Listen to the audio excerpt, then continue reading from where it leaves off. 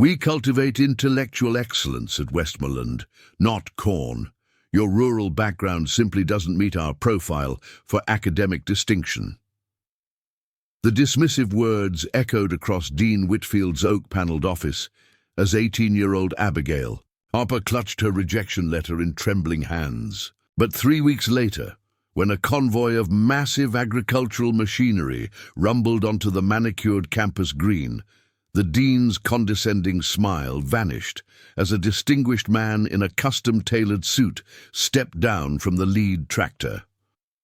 "I'm Dr. James Harper, chairman of Harper AgriScience and Abigail's father. I believe we need to discuss your admissions practices before my company finalizes its $30 million research endowment to any university this year. Before we jump back in, tell us where you're tuning in from, and if this story touches you, make sure you're subscribed, because tomorrow I've saved something extra special for you. Westmoreland University stood as a monument to academic prestige in the rolling hills of New England. Its ivy-covered stone buildings and perfectly manicured quadrangles represented generations of privilege, where legacy admissions and carefully cultivated reputations determined who belonged. The university proudly advertised its commitment to diverse perspectives, though in practice, this diversity rarely extended to rural America. Dean Victoria Whitfield presided over undergraduate admissions with unquestioned authority. At 53, with her designer suits and connections to East Coast elite circles, she had transformed Westmoreland into an increasingly exclusive enclave. Her reputation for maintaining standards had made it the most selective private university in the region, boasting the lowest acceptance rate and highest concentration of students from America's wealthiest families. The Office of Admissions reflected this philosophy, walls lined with portraits of distinguished alumni, gleaming awards, and a plaque near the dean's office that quietly stated, "Tradition, excellence, legacy." Dean Whitfield moved through the admissions department on a bright April morning, her Louboutin heels clicking against marble floors as she addressed her team of admissions officers. "I'm pleased to report that our acceptance rate has dropped to a record low of 4.2%, she announced with satisfaction. "This makes us more selective than even our Ivy League competitors." The admissions team nodded appreciatively. The university's exclusivity determined everything from rankings to donations. As they were wrapping up, Dean Whitfield's assistant entered with a concerned expression. "I'm sorry to interrupt, but there's an applicant here who insists on speaking with you personally." "I explained that decisions are final, but she's quite persistent." Whitfield frowned. "Who is it?" "Abigail Harper from Hartland County. Rural scholarship applicant." A flicker of recognition crossed Whitfield's face. "Ah, yes, the farm girl with the surprisingly good test scores." She sighed with practiced patience. "Very well, I can spare 5 minutes. Perhaps it will be a teaching moment about rejection and resilience." Minutes later, Abigail Harper entered Whitfield's immaculate office. At 18, she carried herself with the quiet confidence of someone accustomed to responsibility beyond her years. Her clothes were simple but neat, a button-down shirt and pressed slacks rather than designer labels. In her hands, she clutched a Westmoreland rejection letter and a thin folder of additional materials. "Thank you for seeing me, Dean Whitfield," Abigail began, her Midwestern accent subtle but detectable. "I believe there may have been an oversight regarding my application." Whitfield gestured to a chair, her smile not reaching her eyes. "Ms. Harper, I appreciate your determination, but I assure you every application receives thorough consideration. Our decisions are final. According to your own published criteria, my qualifications exceed your admission standards," Abigail replied evenly. "I'm valedictorian, with a 4.0 GPA, perfect SAT scores, 9 AP exams, all with scores of 5, and research experience that resulted in co-authorship in the Journal of Agricultural Science." Whitfield's expression remained unchanged. Our admissions process considers many factors beyond numbers, Miss Harper. Westmoreland seeks students who will contribute to our unique campus culture and demonstrate exceptional achievement in areas we value. Which areas are those? Exactly, Abigail asked, her tone respectful but direct. Your materials emphasize academic excellence, research experience, leadership, and community impact. I've documented all of these. Ms. Harper, excellence is contextual, Whitfield sighed. Leading a 4-H club or a rural science fair simply doesn't carry the same weight as achievements our successful applicants demonstrate. Students from non-traditional educational backgrounds often struggle with the rigorous academic and social environment at Westmoreland. Abigail opened her folder and placed several documents on the desk. I've brought additional information about my research work with drought-resistant crops. The techniques I helped develop are currently being implemented in 3 counties and have increased yield by 22% while reducing water consumption. Professor Martinez from your Agricultural Sciences Department expressed interest in this work. Whitfield barely glanced at the papers. I'm sure it's very practical work. However, Westmoreland's agricultural program emphasizes theoretical innovation and policy formation, not hands-on farming techniques. Our graduates typically move into research institutions or policy organizations, not back to family farms. My research isn't about farming techniques, Abigail countered, frustration flickering across her face. It's about sustainable agricultural innovation that addresses food security challenges in changing climate conditions. The paper was cited by researchers at MIT and Stanford last year. Nevertheless, Whitfield replied with finality, we simply don't believe Westmoreland is the right environment for you. Abigail sat straighter. Is it because I'm from a farming family? Or because I don't have legacy connections or donor potential? Whitfield's smile turned cold. Ms. Harper, your insinuations are inappropriate. Westmoreland values merit above all else. She stood, signaling the end of the meeting. I believe our time is up. I wish you the best at one of your state institutions, where you'll likely find a more suitable environment.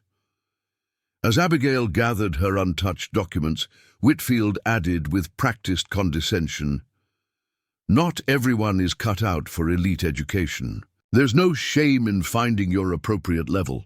My appropriate level is wherever the best education is offered, Abigail replied, meeting the dean's eyes directly.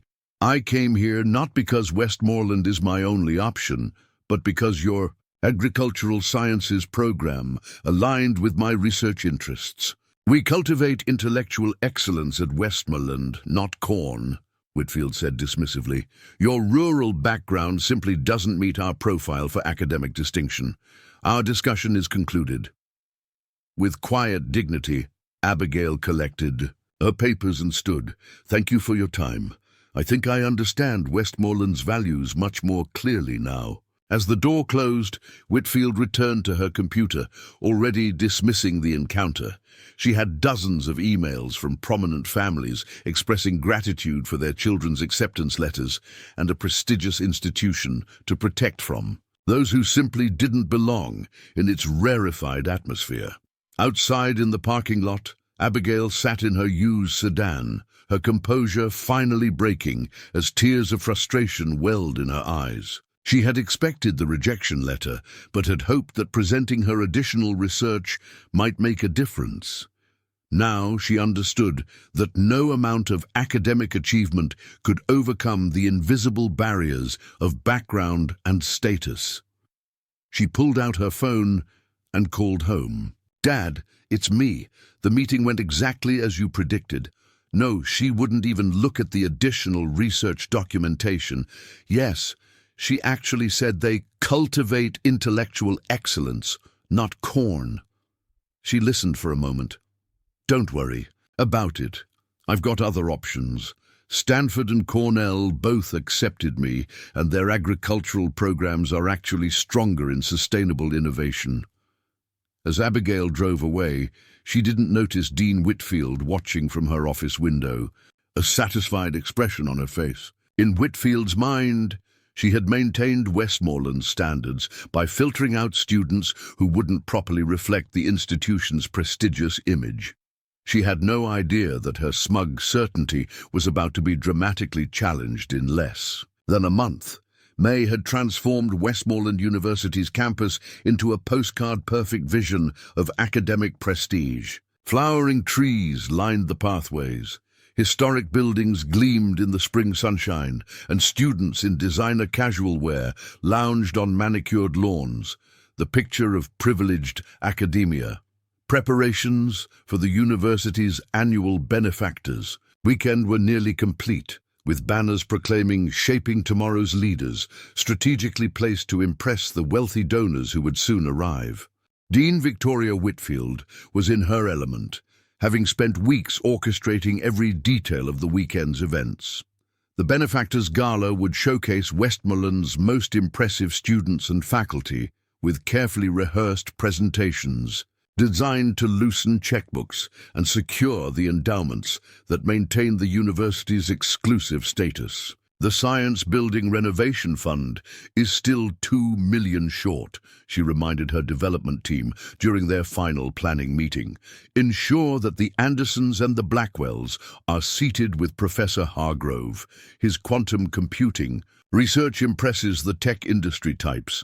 Her assistant nodded, making notes. And the new Agricultural Sciences Building? Several major agribusiness donors will be attending. Ah, yes, Whitfield smiled. Make sure they see the architectural renderings. $70 million for state-of-the-art facilities that will revolutionize agricultural policy and research. We're in discussions with several candidates to lead the new department, all with impeccable Ivy League credentials. The meeting adjourned, with Whitfield feeling supremely confident. Years of cultivating the right connections had positioned Westmoreland at the center of elite academic circles, and this weekend would cement relationships with donors who could fund the next decade of expansion. She had personally vetted the guest list, ensuring that only those with appropriate influence and resources received invitations. The first sign that something unusual was happening came shortly after lunch. Whitfield was crossing the main quad when she noticed students gathering at the windows of the administration building, pointing toward the campus entrance. The distant sound of heavy machinery broke the carefully cultivated tranquility of the campus atmosphere. Her administrative assistant hurried across the lawn, phone in hand. "Dean Whitfield, campus security is calling. There's a situation at the main entrance. They're requesting guidance." "What kind of situation?" Whitfield asked, irritation creeping into her voice. The benefactors' weekend required perfection, and unexpected disruptions were not acceptable. "They say there's a convoy of agricultural equipment approaching the campus, large tractors and harvesters. Security tried to redirect them, but they have some kind of university authorization." "Authorization? That's impossible. We don't allow heavy machinery on campus without specific—" Her words cut off as she caught sight of what was approaching. Rounding the corner of the tree-lined entrance drive was the most impressive collection of agricultural machinery she had ever seen. Leading the procession was an enormous modern tractor, gleaming green and chrome, with what appeared to be custom modifications and satellite technology mounted on its cab. Behind it came a line of equally impressive equipment: combines, precision planters, and specialized harvesters, each bearing the distinctive logo of Harper AgriScience, one of the nation's leading agricultural technology companies. Students were already streaming out of buildings, phones raised to capture the unusual spectacle. Faculty members stood in clusters, watching with expressions ranging from confusion to amusement as the procession made its deliberate way toward the central campus green. "Call security again," Whitfield ordered. "Tell them to intercept that convoy immediately and redirect it away from the main campus." Her assistant made the call, then looked up with consternation.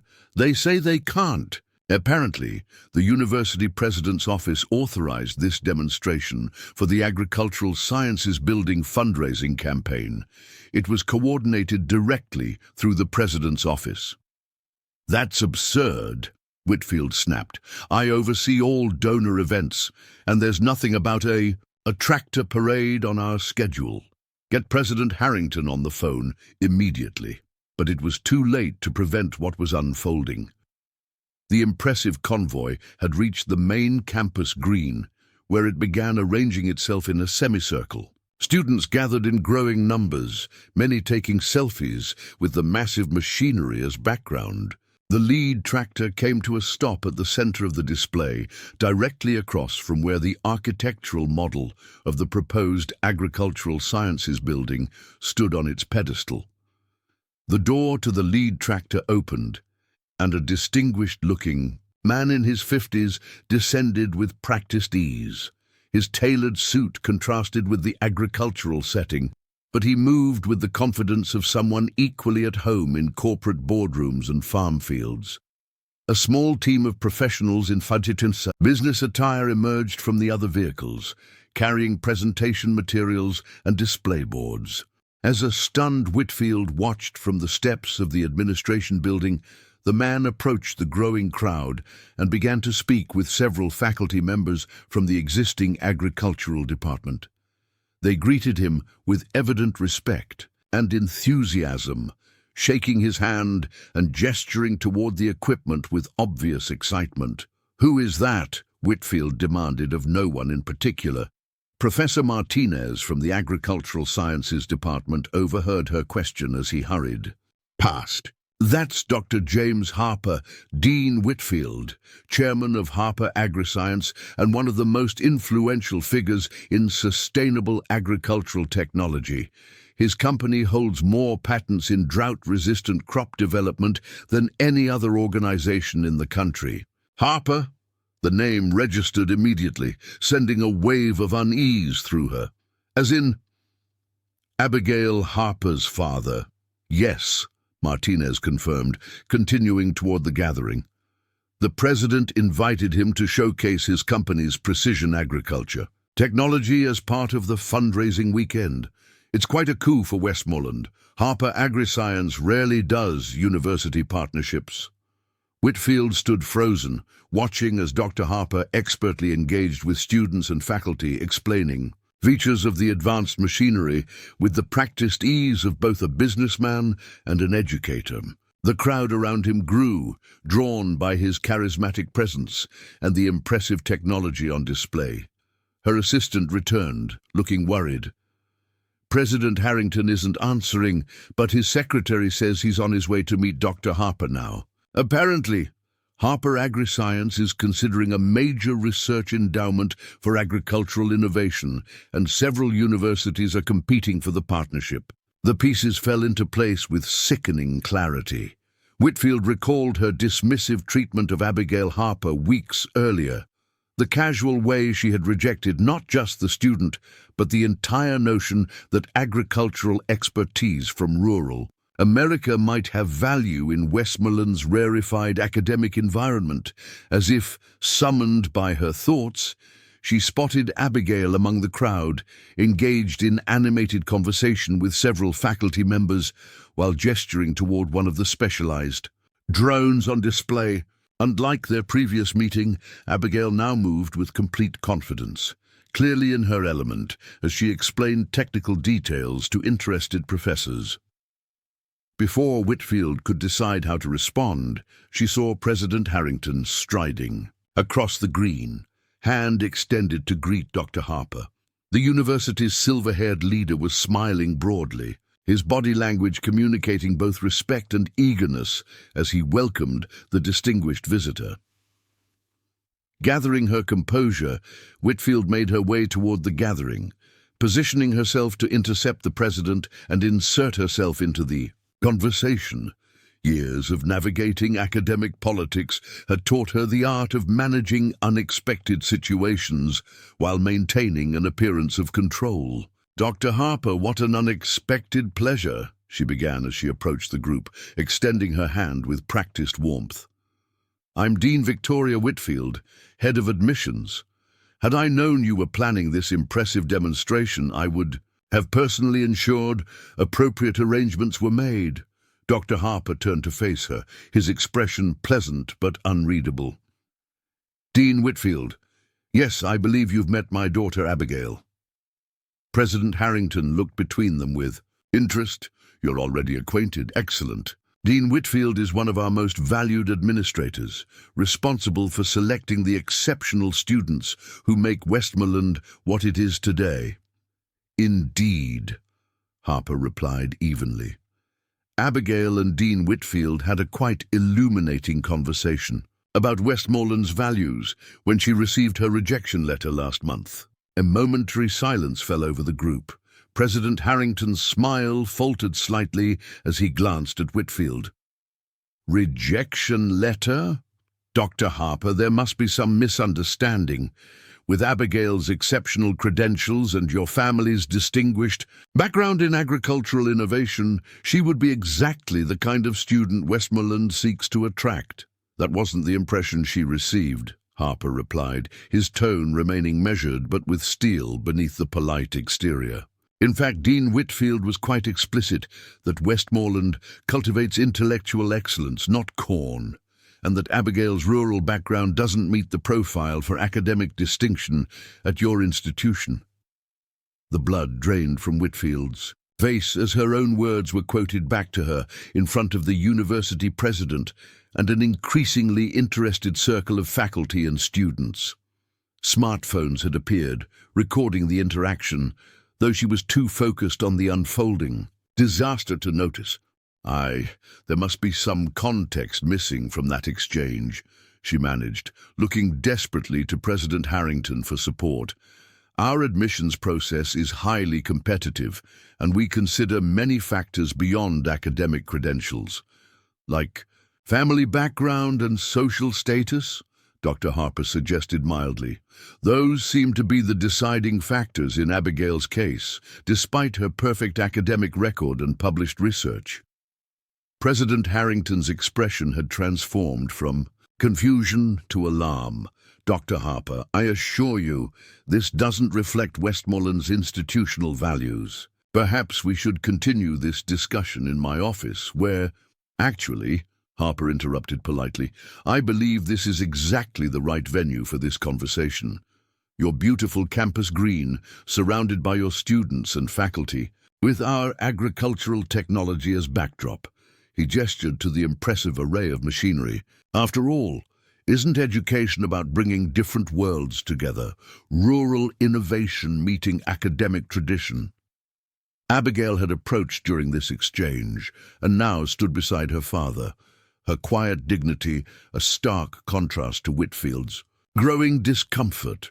"Mr. President," Dr. Harper continued, "I came here today not just to showcase our technology, but to discuss a potential $30 million research endowment for agricultural innovation. Harper AgriScience is establishing partnerships with universities that demonstrate genuine commitment to bridging theoretical research with practical applications, institutions that value knowledge regardless of its source." President Harrington nodded eagerly. "Which is exactly what Westmoreland strives to do, Dr. Harper. Our proposed agricultural sciences building will revolutionize." "But that's not what you currently do, is it?" Harper interrupted gently. "Not if your admissions dean believes that rural agricultural expertise is inherently less valuable than urban academic credentials. Not if brilliant students like my daughter are rejected because they come from farming backgrounds rather than preparatory schools." The crowd had grown, and Whitfield realized with horror that several major donors who had arrived early for the weekend were among those listening intently to the exchange. The narrative she had carefully constructed about Westmoreland's values and mission was unraveling before her eyes. "I'm not here seeking special treatment for Abigail," Harper continued.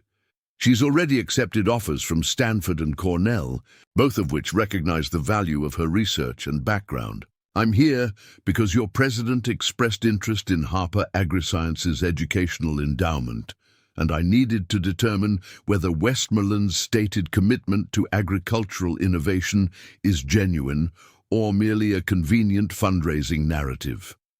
He turned slightly, ensuring his next words carried to the assembled crowd.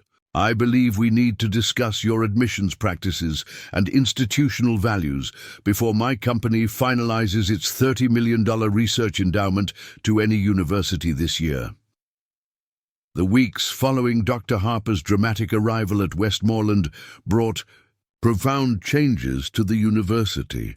What had begun as an embarrassing confrontation quickly evolved into a fundamental reassessment of the institution's values and practices. For Dean Victoria Whitfield, the transformation was both professional and personal, beginning with the most uncomfortable meeting of her career. 3 days after the tractor convoy incident, Whitfield found herself sitting in President Harrington's office, surrounded by members of the university's Board of Trustees. The atmosphere was tense, the expressions around the polished mahogany table uniformly grave. "Dean Whitfield," the president began, his normally genial demeanor replaced by careful formality. "Our preliminary review of the Harper case has identified concerning patterns in our admissions practices. Of the 428 students admitted to next year's freshman class, only 7 come from rural communities, despite receiving applications from over 200 highly qualified rural students." Whitfield shifted uncomfortably in her tailored suit, acutely aware that her usual authoritative presence held no power in this room. "Those were the result of objective evaluations, not deliberate exclusions," she insisted. "Our holistic review process considers many factors beyond academics, and which is precisely why we need to examine what those many factors actually are," interrupted Dr. Eleanor Reynolds, a senior board member and respected sociologist. "When unstated biases drive supposedly objective processes, we end up with homogeneous student bodies that reflect preference rather than potential." Whitfield nodded mechanically, understanding the precarious position she now occupied. The board could terminate her employment immediately, ending 2 decades of carefully constructed career advancement in a single afternoon. "We're not here to determine your future with Westmoreland today, Dean Whitfield," the president continued, as if reading her thoughts. "We're here to address systemic issues in our admissions approach. The Harper incident has exposed blind spots that require immediate attention. What stung most wasn't the implied threat of discipline, but the realization that her professional reputation, built over decades of careful cultivation, was now tarnished. The exclusive excellence she had prioritized appeared hollow when measured against the genuine innovation and real-world impact someone like Abigail Harper represented. "The incident has attracted significant media attention," noted the university's public relations director. "Harper AgriScience released a statement yesterday announcing their new $30 million endowment to Cornell University for their Rural Innovation Fellows program. Several major donors have contacted us with concerns about our commitment to true academic meritocracy." As the meeting concluded, President Harrington remained behind, fixing Whitfield with a searching gaze. "Victoria, we've worked together for 15 years. I've always valued your commitment to excellence, but I'm struggling to understand how someone with Abigail Harper's credentials was dismissed so categorically." Whitfield managed a tight nod. "I made assumptions based on her background that I now recognize were unfounded." "It goes deeper than that," Harrington replied. "Our institutional values statement claims we seek diverse perspectives and innovative thinking, yet our admissions practices seem designed to produce students who think and look remarkably alike." He paused. "The board has approved a comprehensive Review of our admissions criteria, to be led by an external consultant with expertise in educational access and equity. The comment stayed with Whitfield as she walked back to her office, the familiar campus suddenly appearing different through newly critical eyes. For the first time in her career, she really looked at the student body she had helped create, not assessing their prestige value, but seeing the homogeneity that had become Westmoreland's defining characteristic, despite its claims of valuing diversity. The following morning, Whitfield made a decision. Instead of delegating the preliminary data gathering for the admissions review, she pulled the files herself, beginning with rejected applicants who had exceptional academic credentials, but came from backgrounds unlike those traditionally represented at Westmoreland. What she discovered was disturbing. The pattern went far beyond Abigail Harper. Dozens of brilliant students from rural communities, inner-city schools, or working-class backgrounds had been rejected despite academic achievements that equaled or surpassed many admitted students. From more privileged backgrounds, sitting amid the growing stacks of files in her office after hours, Whitfield confronted an uncomfortable truth. She had been the architect of a system that confused privilege with potential, that valued polished presentation over genuine substance, that mistook familiarity for excellence. A knock at her door interrupted her thoughts. She looked up to find Professor Martinez from the Agricultural Sciences Department standing in the doorway. "Working late, Dean Whitfield?" he asked, his tone neutral but not unfriendly. "Reviewing some admissions data," she replied, gesturing to the files surrounding her. "You were right about Abigail Harper. Her research was exceptional. I should have recognized that." Martinez entered and took a seat across from her desk. "May I speak frankly?"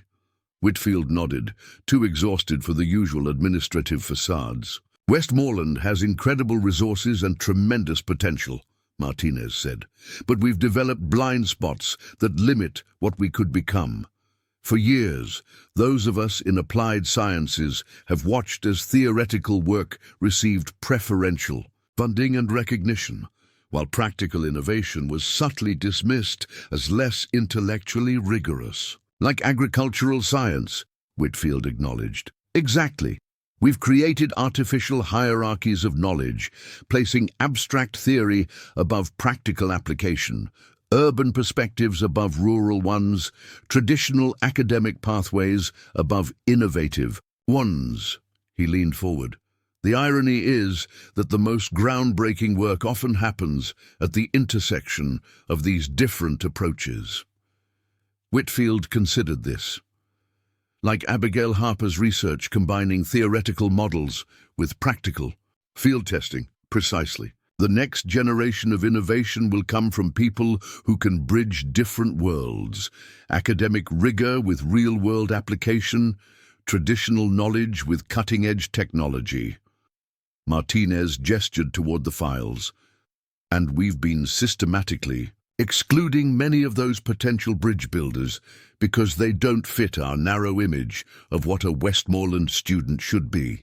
The conversation continued for over an hour, evolving from critique to constructive ideas for reform. By the time Professor Martinez left her office, something fundamental had shifted in Whitfield's perspective.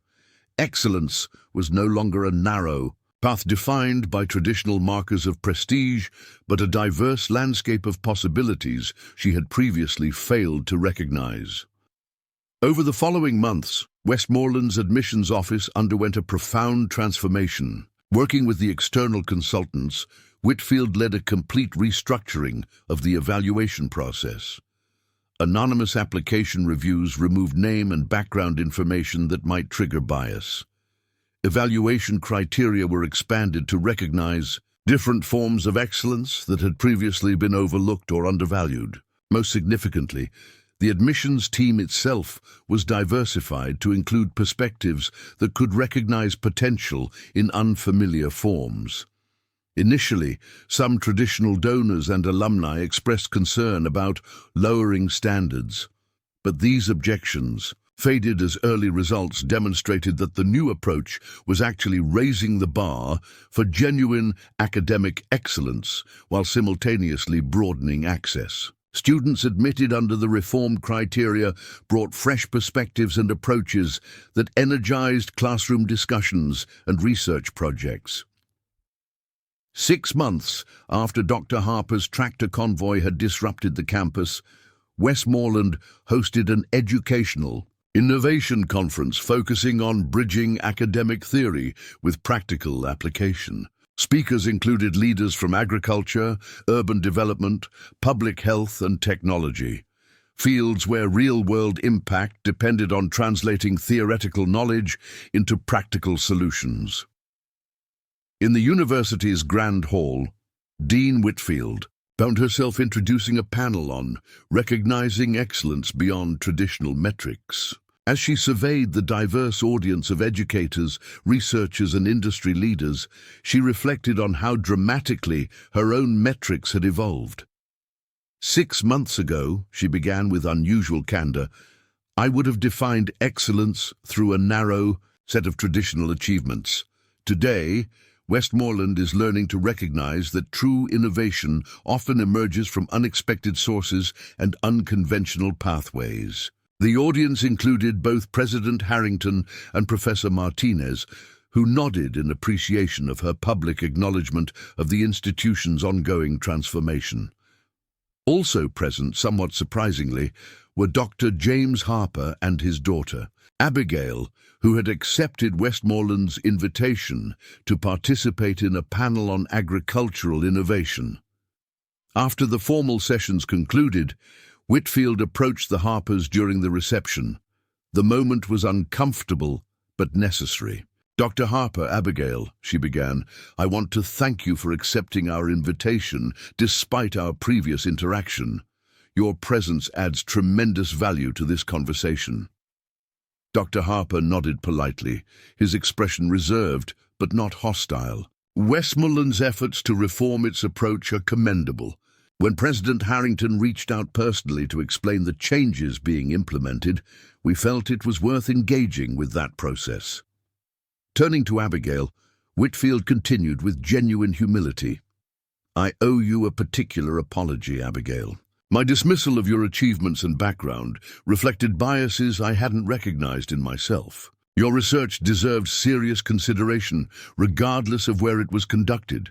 Abigail studied her thoughtfully. Thank you for saying that, Dean Whitfield.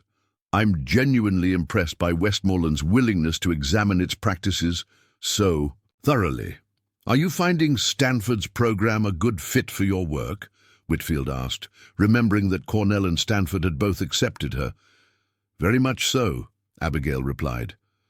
Their approach to agricultural innovation combines rigorous theory with practical application, which aligns perfectly with my interests. But I'm also collaborating with students here at Westmoreland through Professor Martinez's new cross-institutional research initiative. This was news to Whitfield. Cross-institutional research? Yes, Dr. Harper explained. While our primary endowment went to Cornell, we've established a smaller grant for collaborative research between Westmoreland, Cornell, Stanford, and several land-grant universities. Professor Martinez is coordinating Westmoreland's participation. President Harrington joined their conversation, adding, the initiative is already yielding impressive results. Students from different institutional cultures bringing complementary perspectives to complex agricultural challenges. As they continued discussing the emerging collaboration, Whitfield recognized the elegant solution the Harpers had crafted, not excluding Westmoreland entirely, but creating a structure that required the university to engage with institutions and approaches it had previously dismissed. It was both a generous second chance and a subtle mechanism for ensuring continued reform. Later that evening, as the conference reception wound down, Whitfield found herself standing alone with President Harrington, watching as faculty and visitors engaged in animated conversations across the hall.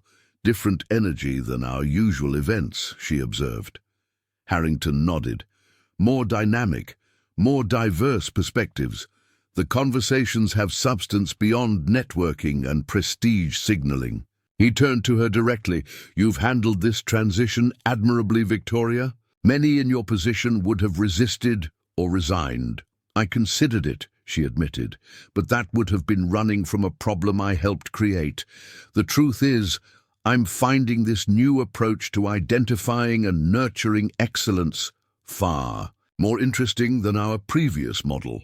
As are our faculty and students, Harrington replied. Applications for next year are up 22%, with significant increases from demographics we've historically underrepresented. And counter to some fears, our academic metrics are strengthening, not weakening. Across the room, Abigail Harper was engaged in animated conversation with several Westmoreland students and faculty, her passion for agricultural innovation evident in her gestures and expression. Watching her, Whitfield felt a complex mixture of regret for her earlier dismissal and appreciation for the institutional transformation that dismissal had ultimately triggered. She would have contributed so much to our community, Whitfield said quietly. She still is, Harrington pointed out. Just not in the way either of us would have predicted. Sometimes our greatest impact comes from challenging systems rather than joining them. As the evening concluded, Whitfield reflected on the journey of the past 6 months. The administrator who had once dismissed rural agricultural expertise as inherently less valuable than traditional academic credentials now recognized that innovation thrived at the intersection of different knowledge systems. Her definition of excellence had expanded beyond recognition, incorporating forms of achievement and potential she had previously been blind to. And it had all begun with a moment of humiliation on the campus green, a convoy of tractors, and her own willingness to grow beyond limitations toward a more comprehensive understanding of what excellence truly meant, a lesson more valuable than any she had learned in her decades in academic administration. 5 years later, the Westmoreland Center for Inclusive Excellence opened its doors on a perfect autumn morning, with maple trees blazing red and gold across the transformed campus. The renovated Georgian building that once housed the exclusive Founders Club now served as the home for programs designed to identify and nurture talent from underrepresented backgrounds. Its stately columns and historic facade remained, but inside, modern collaborative spaces and advanced technology created an environment where innovation flourished. Outside, a diverse crowd gathered for the dedication ceremony. Students whose backgrounds spanned rural communities to urban centers, faculty members who had embraced the institutional transformation, alumni who had initially resisted change but now championed it, and educational leaders from across the country who had come to study what many now called the Westmoreland model. President Harrington, now in his final year before retirement, approached the podium set up on the building's wide steps. At 68, his distinguished appearance had only been enhanced by the silver that now dominated his once dark hair, and the wisdom gained through navigating institutional change. Welcome, everyone, to what I believe represents not just Westmoreland's future, but a new vision for higher education in America, he began, his voice carrying across the attentive crowd. 5 years ago, our institution faced a moment of reckoning, when our stated values of excellence and innovation were revealed to be far narrower in practice than in principle. In the front row, Dean Victoria Whitfield sat with quiet composure. At 58, she had transformed from a guardian of tradition to one of the most respected voices in educational access reform, her journey from exclusivity to inclusivity having become a case study in leadership adaptation. Beside her sat Professor Martinez, now the acclaimed director of Westmoreland's thriving Agricultural Innovation Institute, which had become a national model for connecting academic research with practical application. Today, President Harrington continued, The Center for Inclusive Excellence stands as testament to what happens when an institution has the courage to examine its biases, the wisdom to recognize overlooked forms of potential, and the commitment to build systems that truly serve our educational mission rather than merely perpetuating privilege. The journey from crisis to transformation had not been simple or linear. After the initial reforms to Westmoreland's admissions practices, deeper systemic issues had emerged throughout the institution. Academic departments had confronted implicit hierarchies that privileged certain forms of knowledge over others, financial aid systems that inadvertently favored students from wealthy backgrounds had been restructured. Faculty hiring practices had been reformed to recognize excellence in diverse forms, rather than through narrow traditional pathways. President Harrington gestured toward Dean Whitfield and the leadership team seated in the front row. "I want to acknowledge the courage it takes to lead change from within, to recognize when long-held assumptions no longer serve our highest purpose, and to rebuild systems with greater integrity and vision." Westmoreland's transformation began with a confrontation that could have ended with defensiveness and denial. Instead, it became a catalyst for institutional renewal. The crowd applauded as Dean Whitfield nodded in acknowledgement, her former embarrassment having transformed into a kind of quiet pride in the difficult journey Westmoreland had undertaken. The university's commitment to genuine excellence had not diminished. In fact, by most academic metrics, it had strengthened considerably. What had changed was how that excellence was identified, nurtured, and expressed. After Westmoreland's initial reforms to its admissions criteria, other elite institutions had watched with skepticism, predicting a decline in academic standards and reputational standing. But as the university's research output increased, student achievements multiplied, and postgraduate outcomes improved across all measures, that skepticism had gradually transformed into interest. What began as one institution's crisis response had evolved into a movement that was changing how excellence was defined throughout higher education. The inclusive excellence framework we celebrate today, President Harrington explained, recognizes that innovation thrives at the intersection of different perspectives, that academic rigor is strengthened rather than diminished by diverse approaches to knowledge, and that institutions truly committed to excellence must continually examine who they include and exclude from opportunity. As part of the ceremony, the university unveiled its newly established Abigail Harper Fellows Program, designed to identify brilliant students from rural communities whose innovative approaches to agricultural and environmental challenges represented the kind of bridge building between theory and application that had become Westmoreland's hallmark. And in a moment that would have seemed impossible 5 years earlier, Abigail Harper herself, now Dr. Abigail Harper, having completed her PhD at Stanford with groundbreaking research in sustainable agriculture, stepped to the podium as the program's honorary first fellow. "When I was rejected by Westmoreland 5 years ago," she began with characteristic directness, "it wasn't just a personal disappointment, but a symptom of how higher education often fails to recognize innovation that comes in unfamiliar forms or from unexpected places." The audience, including many who had been part of that original admission system, listened with remarkable openness to her candid assessment. What Westmoreland has accomplished since then isn't merely about correcting a mistaken rejection or becoming more diverse for diversity's sake, she continued.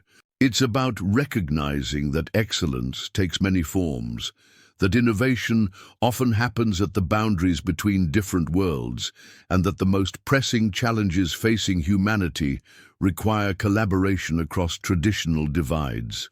After the formal dedication ceremony, as attendees explored the new center, Dean Whitfield found herself approached by a young woman in her first year at Westmoreland, a student from a small farming community in Iowa who had been admitted through the reformed admissions process. Dean Whitfield. The student began somewhat nervously. I wanted to thank you personally. My high school counselor told me not to bother applying to Westmoreland, that they never accepted students like me. But then she attended one of your outreach workshops and changed her mind. Whitfield smiled, remembering the extensive work her team had done to reach counselors in rural and underserved communities. What's your field of study? Environmental engineering, with a focus on water conservation technologies, the student replied, her confidence growing as she spoke about her passion. I've been working with irrigation systems on my family's farm since I was 12, and I've developed some modifications that improve efficiency by nearly 30%. Professor Martinez is helping me formalize the research so we can publish it. Listening to the student's enthusiastic explanation of her innovations, Whitfield was struck by how similar she sounded to Abigail Harper 5 years earlier, and how differently Westmoreland now responded to such talent. Where once the institution might have dismissed practical innovation as less valuable than theoretical work, it now recognized the powerful potential in students who bridged different worlds. Later that afternoon, at the reception following the dedication, Whitfield found herself standing with Dr. James Harper, who had returned to campus for the first time since his dramatic arrival with the tractor convoy. Now in his early 60s, Harper had become an even more influential figure in agricultural innovation, his company's technologies helping farmers worldwide adapt to changing climate conditions. Quite a transformation, he observed, gesturing toward the diverse gathering of students, faculty and visitors engaged in animated conversations throughout the reception hall, not just in demographics, but in energy and purpose. Whitfield nodded. The changes went far deeper than I initially imagined possible. What began as reforms to our admissions process ultimately led us to re-examine every aspect of how we define and nurture excellence, and strengthened your institution in the process, Harper noted. Westmoreland's research output in sustainable technologies has increased dramatically. Several of our recent innovations at Harper AgriScience began as collaborative projects with your faculty and students. This was true. After the initial confrontation, Harper AgriScience had indeed directed its major endowment to Cornell. But over time, as Westmoreland demonstrated genuine commitment to reform, the company had gradually increased its engagement with the university. What began as a small grant for cross-institutional research had evolved into significant research partnerships that benefited both the institution and the company. Your arrival with those tractors could have been the beginning of the end for my career, Whitfield acknowledged with surprising candor. Instead, it became the catalyst for the most meaningful work I've done in education. Harper studied her thoughtfully. Institutional change rarely happens without some form of disruption. What matters is how leadership responds to that disruption, with defensiveness or with growth. As the celebration continued into the evening, Whitfield observed a moment that perfectly encapsulated Westmoreland's transformation. In one corner of the reception hall, Abigail Harper was engaged in animated conversation with the university's most recent Rhodes Scholar, a young man from Appalachia whose research combining traditional ecological knowledge with cutting-edge data analysis had earned international recognition. They were joined by 3 current students, 2 faculty members, and a visiting researcher from Harper AgriScience, all focused intently on solving a complex problem related to water conservation. In drought conditions, what struck Whitfield most was the complete absence of hierarchy in their interaction. The Rhodes Scholar listened with genuine interest as a first-year student explained her observations from her family farm. Abigail built on those insights with data from her Stanford research. The faculty members offered theoretical frameworks that might explain the patterns they were discussing. The Harper AgriScience researcher contributed practical considerations about implementation at scale. This was Westmoreland's new definition of excellence in action: collaborative rather than competitive, valuing diverse forms of knowledge, connecting theory with application, and recognizing that innovation thrives at the intersection of different perspectives. As the event concluded, President Harrington joined Whitfield as she prepared to leave. "I've been meaning to tell you," he said, "the board has unanimously approved your appointment as my successor when I retire next year. They believe your leadership of our transformation makes you uniquely qualified to guide Westmoreland's next chapter." The news was both surprising and deeply affirming. "I'm honored by their confidence," Whitfield replied, genuinely moved, "though I can't help but appreciate the irony, given how close I came to resigning in disgrace 5 years ago." "The best leaders aren't those who never make mistakes," Harrington observed. "They're those who have the courage to learn from them and the vision to build something better as a result." As Whitfield drove home that evening, she reflected on the extraordinary journey of the past 5 years. The administrator who had once defined excellence through narrow traditional metrics now championed a vision of education that recognized brilliance in its many forms. The system she had once defended as meritocratic, she now understood, had been anything but, confusing privilege with potential and familiarity with quality. Most importantly, she had learned that true institutional excellence wasn't measured by exclusivity or prestige, but by the ability to identify and nurture talent in all its diverse manifestations, to be a place where a brilliant young woman from a farming background with innovative ideas about sustainable agriculture would be welcomed and celebrated rather than dismissed. And it had all begun with a humiliating confrontation on the campus green. A convoy of tractors demonstrating the power and sophistication of modern agriculture, and her own willingness to grow beyond comfortable assumptions toward a more genuine understanding of excellence. A transformation that had not only saved her career, but had given it meaning beyond anything she had previously imagined possible. As Westmoreland prepared to welcome its most diverse and academically accomplished class in university history, the tractor convoy that had once seemed like an embarrassing disruption had become part of institutional law, not as a moment of shame, but as the catalyst for a transformation that had made Westmoreland a national model for how elite institutions could maintain rigorous standards while dramatically expanding their definition of who could meet those standards and what forms excellence might take. The rural student who had been told, "We cultivate intellectual excellence, not corn," had helped Westmoreland discover that true intellectual excellence flourished precisely when artificial boundaries between different forms of knowledge were removed.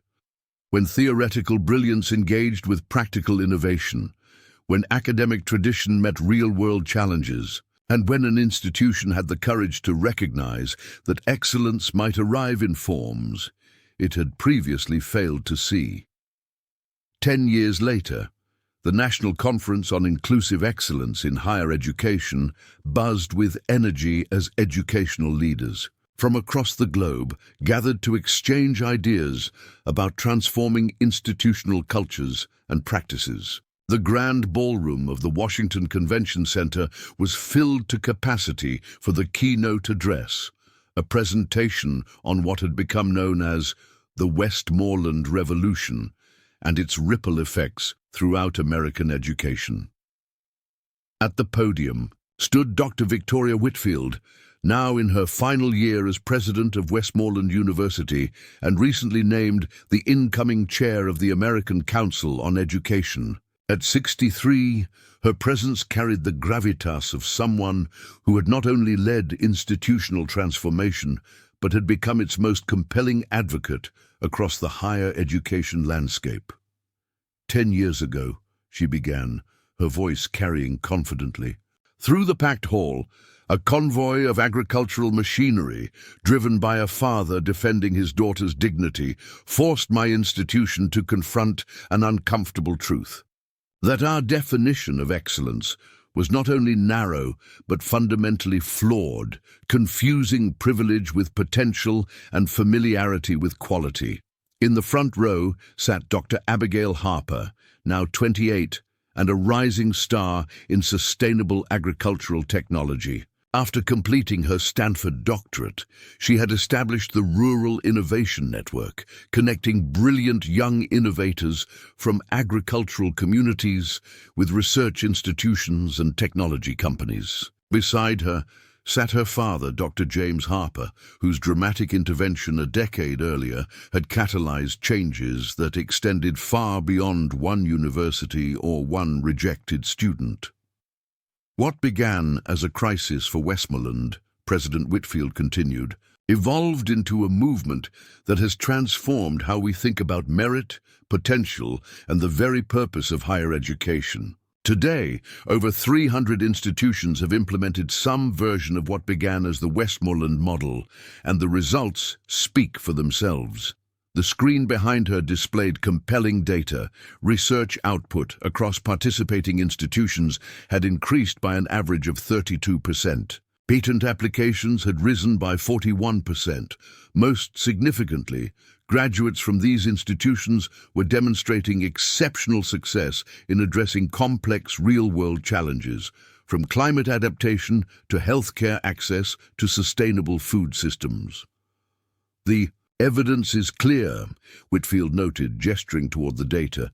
When institutions expand their definition of excellence beyond traditional markers of privilege, when they recognize brilliance in its many forms, they don't sacrifice quality. They enhance it dramatically.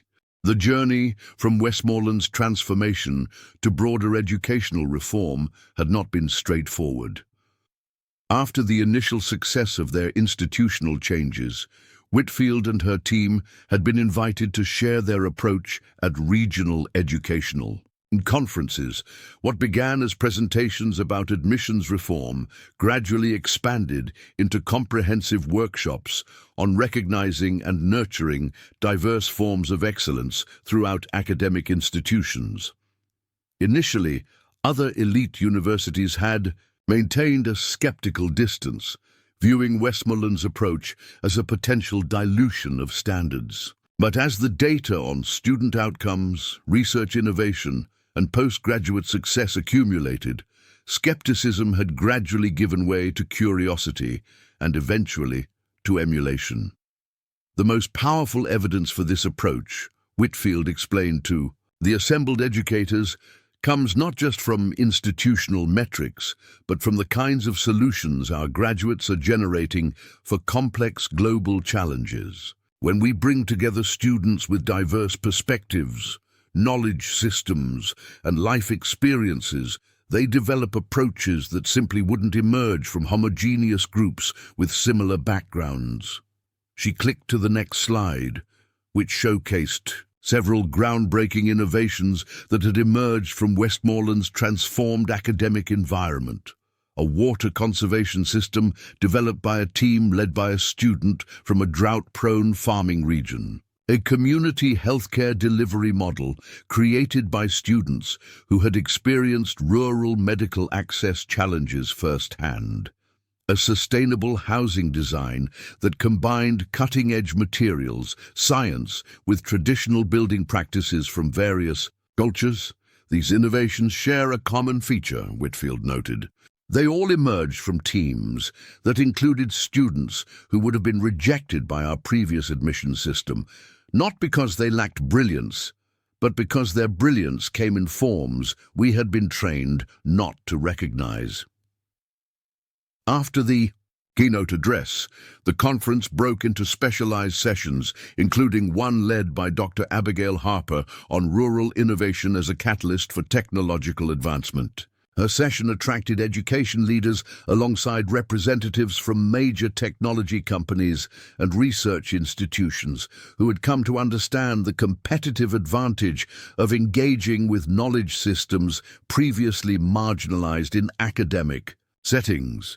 The most significant innovations in agricultural technology over the past decade, Harper explained to her packed session, have emerged at the intersection of advanced data science and generations of practical farming knowledge. When we bridge these worlds instead of privileging one over the other, we develop solutions that are both theoretically sound and practically implementable. Her approach had not just influenced educational institutions, but had transformed how major agricultural technology companies identified and developed talent. Harper AgriScience had established the Rural Innovation Talent Pipeline, recruiting brilliant young people from farming communities who demonstrated exceptional problem-solving abilities, regardless of their traditional academic credentials. Other companies had followed suit, recognizing that conventional recruiting, focused almost exclusively on prestigious institutions, had caused them to miss extraordinary talent from underrepresented backgrounds. In another conference room, a panel discussion on redefining merit in selective institutions featured admissions directors from several elite universities that had followed Westmoreland's lead in reforming their evaluation processes. The conversation focused not on lowering standards, but on developing more sophisticated and accurate methods for identifying potential excellence in diverse forms. The traditional markers we relied on, standardized tests, AP courses, extracurricular activities available primarily at wealthy schools, were never truly meritocratic, explained the admissions director from a prestigious East Coast university. They measured privilege and access as much as ability and potential. The Westmoreland model has given us tools to see past those limitations, to identify genuine brilliance wherever it exists. During the conference luncheon, President Whitfield found herself seated with education leaders from rural states who had seen dramatic changes in how their students were perceived by elite institutions. Before Westmoreland started this movement, noted a superintendent from Nebraska, I had brilliant students who didn't even bother applying to selective universities because they assumed, usually correctly, that their rural background would count against them regardless of their achievements. Now those same students are being actively recruited by those institutions which recognize the unique perspectives they bring. Similar stories echoed around the table, accounts of students whose exceptional talents had previously been overlooked or dismissed because they didn't fit traditional profiles of elite college material. As admissions practices had evolved, these students were increasingly finding their way to institutions where they could develop their abilities at the highest levels. As the conference continued into its second day, attendees toured the newly established National Center for Inclusive Excellence, a research and advocacy organization dedicated to expanding educational access and redefining merit across all levels of education. The center's main hall featured interactive displays showcasing the data behind the transformation movement, demonstrating how expanding access had strengthened rather than weakened institutional outcomes across all conventional metrics.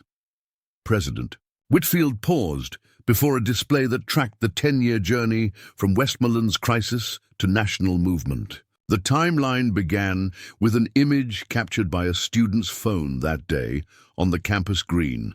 Dr. James Harper standing beside his impressive tractor, confronting a visibly flustered Dean Whitfield about her dismissal of his daughter's achievements.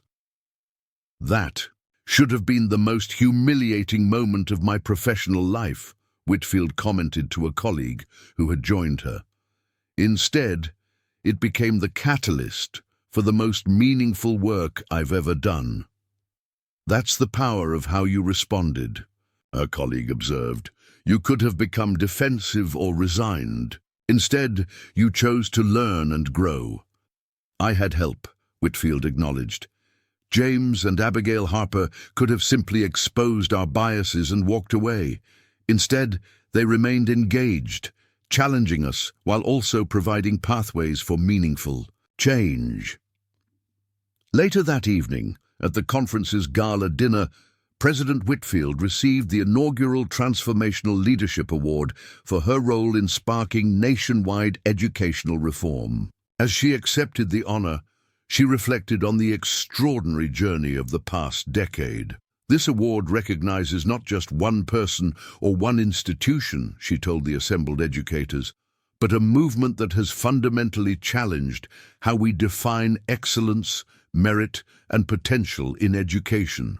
What began with a confrontation over a rejected student has evolved into a reimagining of what education at its best can and should be. She held up the award, a crystal sculpture depicting diverse paths converging toward a common summit. I accept this honor with the humility of someone who began this journey as part of the problem, not the solution. My greatest contribution was simply having the courage to question assumptions I had long taken for granted, to recognize excellence in forms I'd been trained not to see. The applause that followed reflected not just appreciation for Whitfield's remarks, but recognition of the broader transformation they represented, how institutions could evolve when leaders remained open to growth and learning. After the ceremony, President Whitfield invited Dr. James and Dr. Abigail Harper to join her on the Convention Center's terrace, which offered a sweeping view of the capital city. As they looked out over the illuminated monuments, she handed them small boxes wrapped in Westmoreland's colors. "The board wanted you both to have these," she explained. "They're being awarded at commencement next month." The Harpers opened the boxes to find honorary doctorate certificates from Westmoreland University, James in agricultural innovation, and Abigail in educational transformation. "I'm not sure what to say," James remarked, genuinely moved by the gesture. "When I drove that tractor onto your campus 10 years ago, I wasn't thinking about transforming education. I was just standing up for my daughter's dignity." Sometimes the most profound changes begin with the simplest human motivations, Whitfield replied. "I've often wondered how differently things might have unfolded if I had simply taken the time to really see Abigail's achievements during that first meeting. Then this movement might never have started," Abigail observed. "Sometimes systems need disruption before they can evolve." As they returned to the gala, they passed an exhibit showcasing the impact of reformed admissions practices across diverse student populations.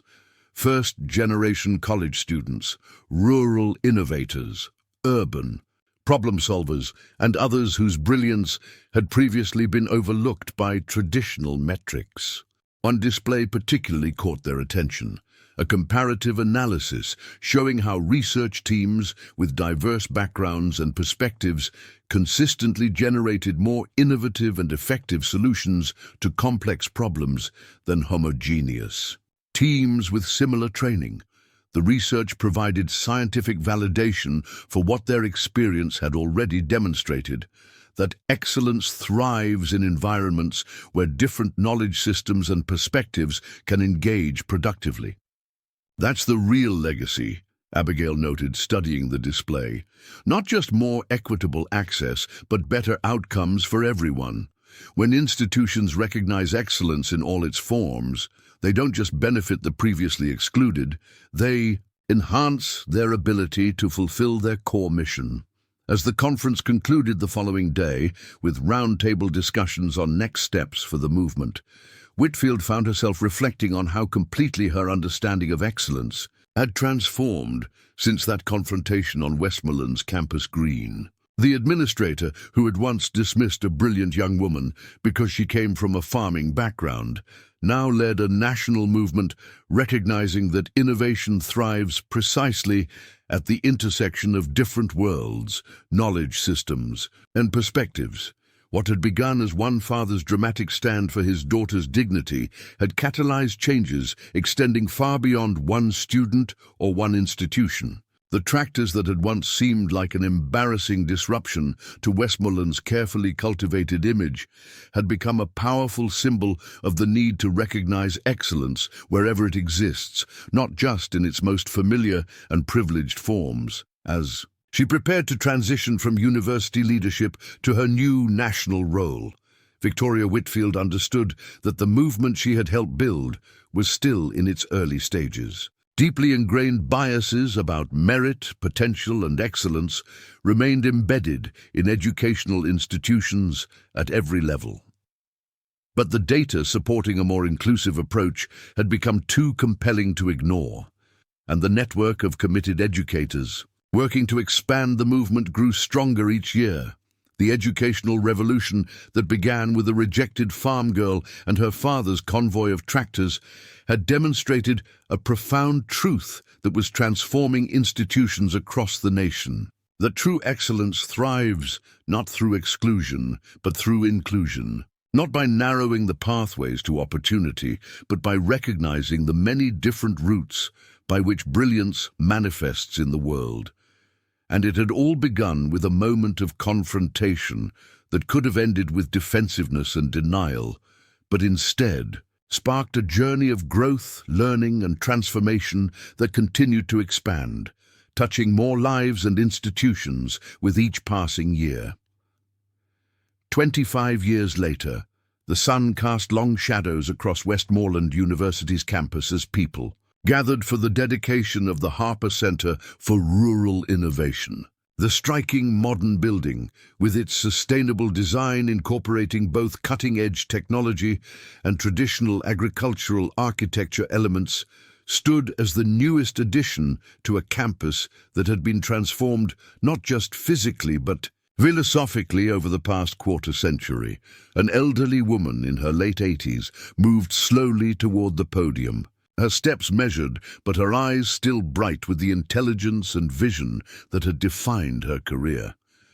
Dr. Victoria Whitfield, President Emerita of Westmoreland and former chair of the American Council on Education, smiled as she surveyed the crowd, a diverse gathering that would have been unimaginable during her early years as Dean of Admissions. 25 years ago, on this very ground, she began, her voice still carrying surprising strength, a convoy of tractors disrupted our carefully cultivated campus atmosphere and challenged assumptions that had gone unquestioned for generations. What could have been merely an embarrassing incident instead became the catalyst for the most profound transformation in American higher education in a century. The audience included current Westmoreland students and faculty, educational leaders from across the country, and dozens of graduates of what had become known as the Harper Scholars Program. Brilliant innovators from rural backgrounds whose work was transforming agriculture, technology, environmental science, and public policy worldwide. At the center of the front row sat Dr. Abigail Harper, now 53, and internationally renowned for her work in sustainable agricultural systems. As the founder of the Global Rural Innovation Network and recipient of the World Food Prize, she had become one of Westmoreland's most celebrated associates, despite never having been its student. Beside her sat several generations of her family, including her elderly father, Dr. James Harper, now in his late 80s, who had driven the lead tractor in that fateful confrontation 25 years earlier.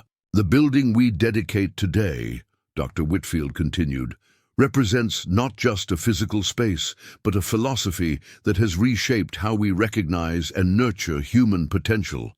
The Harper Center will serve as both an educational facility and a global hub connecting rural innovators worldwide with the resources, mentorship, and institutional support their brilliance deserves. The journey from confrontation to collaboration had continued to evolve over the decades. What began as Westmoreland's internal reforms had expanded into a national movement and eventually into a global network dedicated to recognizing excellence in all its diverse manifestations. The once elite university that had rejected a brilliant farm girl had transformed into a world leader in identifying and developing talent from previously overlooked backgrounds and communities. When I reflect on the changes of the past 25 years, Whitfield acknowledged, I'm reminded of how often transformation begins with discomfort, with moments that challenge our certainties and force us to reconsider deeply held assumptions. The convoy of tractors that arrived on this spot represented not just a father's defense of his daughter's dignity, but a fundamental challenge to how we defined excellence, merit, and potential.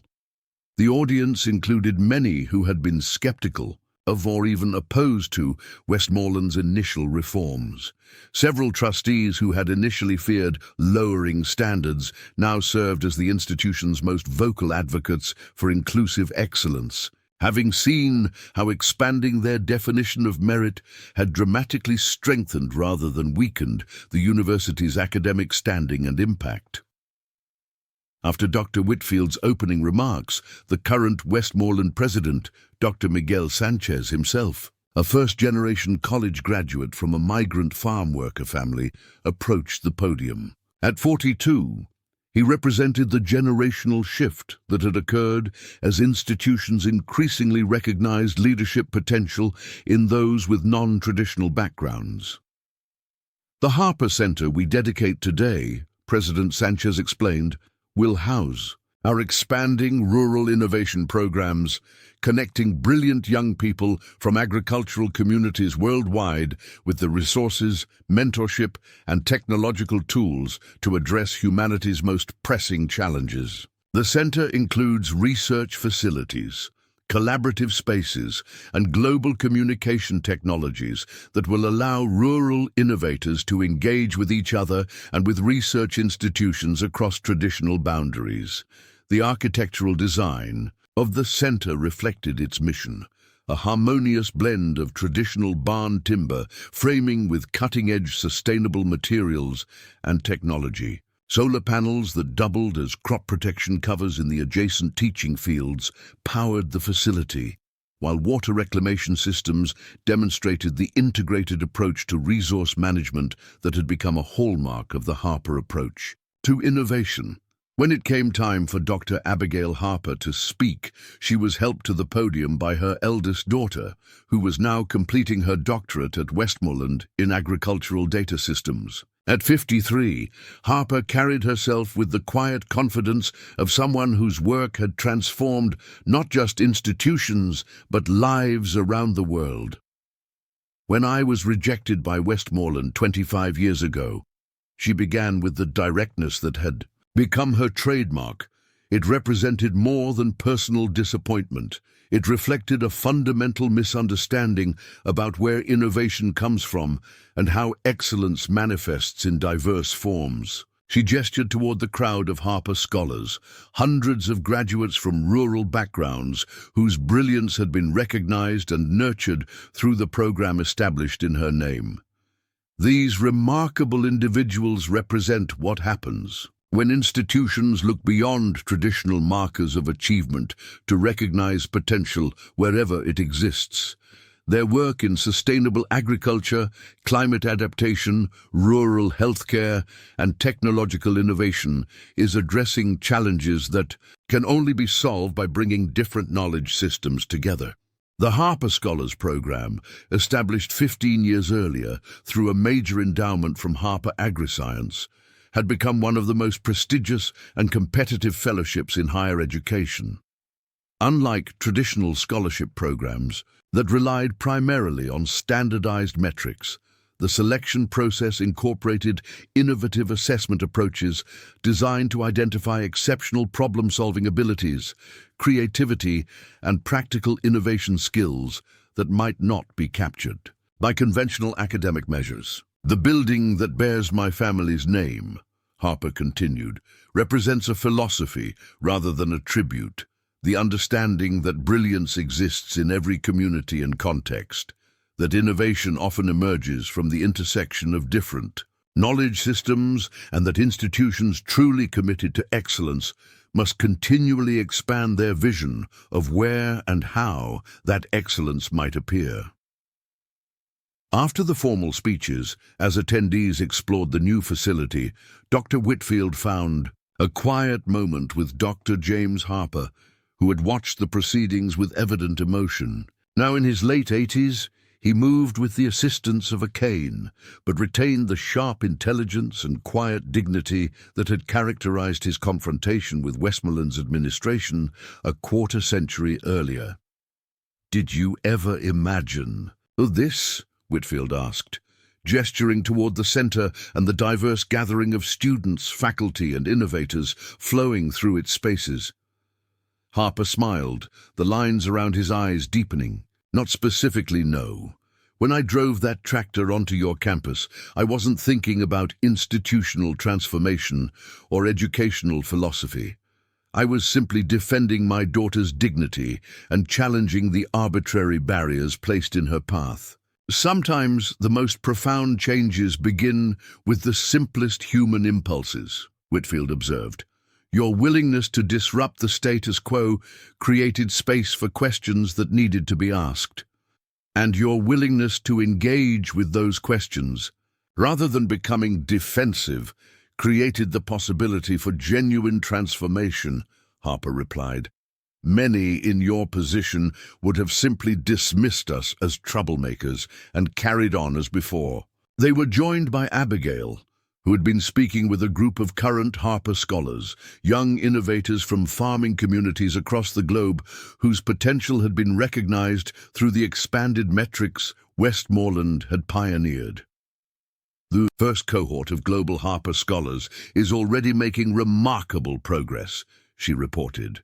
"The young woman from Kenya has developed an integrated pest management system that's increased yields by 40% while reducing chemical inputs. The brother and sister team from Vietnam have created a flood-resistant rice variety that maintains production even with sea level rise." What struck Whitfield most as she listened to these accounts was how completely Westmoreland's definition of excellence had transformed.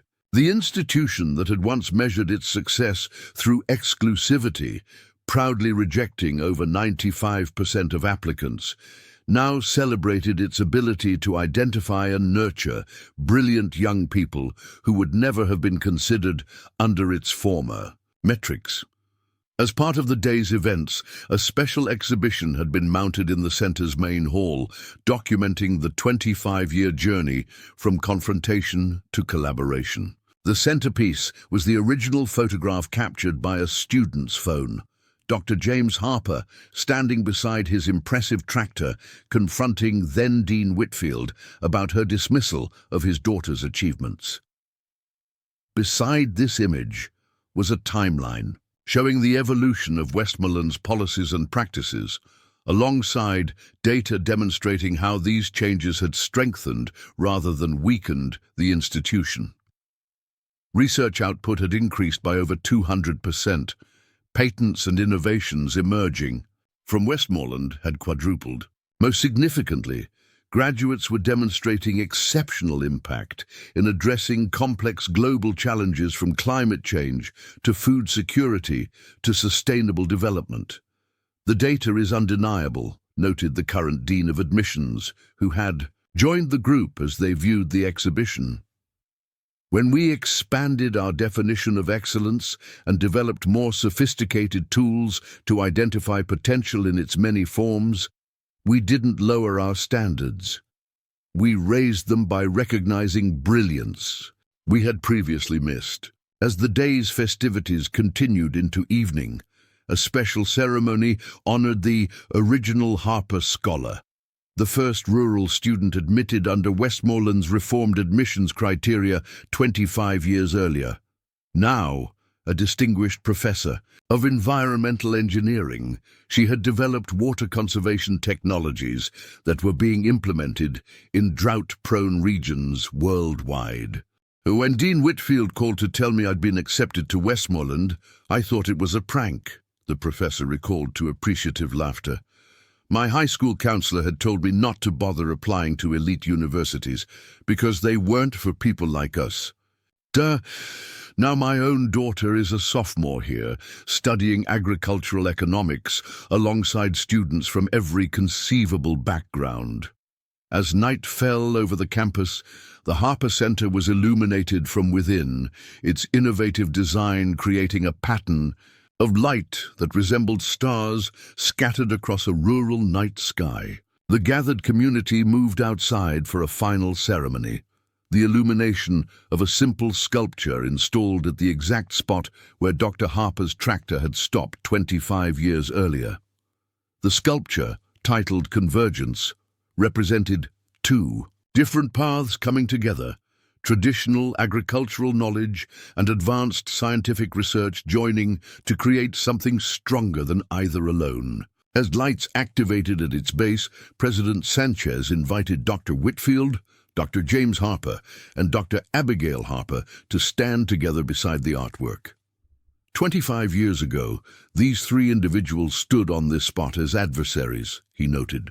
Today, they stand as collaborators, whose willingness to move beyond confrontation toward mutual understanding has transformed not just Westmoreland, but educational institutions worldwide. The three figures, the former administrator who had defended a flawed system, the father who had challenged it, and the daughter whose brilliance had been initially dismissed, stood together as living embodiments of how conflict, when approached with openness rather than defensiveness, could yield transformation rather than mere opposition. As the celebration concluded, Dr. Whitfield found herself standing alone with James and Abigail Harper, the evening crowd having dispersed to various receptions and events throughout the new center. "I've been thinking about that moment in my office when I dismissed your research," Whitfield admitted to Abigail. "Do you remember what I said?" "We cultivate intellectual excellence, not corn," Abigail quoted with a smile that held no bitterness, words that have become rather famous in educational circles. "The great irony," Whitfield reflected, "is that your work cultivating drought-resistant crops has saved more lives and done more good than all the theoretical papers I thought represented true intellectual excellence. You were cultivating both corn and intellectual excellence, while I couldn't see beyond my narrow definitions of what counted as valuable knowledge." James Harper nodded thoughtfully. Educational institutions have tremendous power to either validate or dismiss different forms of knowledge and achievement. The real transformation of the past 25 years hasn't been about who gets admitted to elite universities. It's been about expanding our understanding of what constitutes excellence and where innovation can emerge. As they looked out over the campus where students from farming communities now studied alongside those from urban centers and suburbs, from wealthy families and modest backgrounds, from traditional academic pathways and unconventional routes to achievement, they witnessed the living legacy of their unlikely collaboration. What had begun as a moment of confrontation, a father defending his daughter's dignity against institutional dismissal, had catalyzed changes that extended far beyond one student or one university. The tractors that had once seemed like an embarrassing disruption to Westmoreland's carefully cultivated image had become a powerful symbol in educational circles, a reminder that excellence manifests in many forms, and that institutions must continually expand their vision to recognize brilliance wherever it appears. The Harper Center for Rural Innovation stood as a physical embodiment of this philosophy, not just a building, but a bridge between worlds that had once seemed separate: theoretical and practical knowledge, academic tradition and real-world innovation, privileged institutions and rural communities. Its mission extended beyond education in the traditional sense to the broader purpose of connecting human potential with the resources needed to address humanity's most pressing challenges. And it had all begun with three words: not corn, spoken dismissively in an admissions office 25 years earlier, words that had sparked a confrontation that could have ended with bitterness and recrimination, but instead had yielded growth, collaboration, and transformation that continued to expand with each passing year. changing not just who had access to educational opportunity, but how excellence itself was understood and nurtured in a complex and interconnected world. Up next, you got two more standout stories right on your screen. If this one hit the mark, you won't want to pass these up. Just click and check them out. And don't forget to subscribe and turn on the notification bell so you don't miss any upload from us.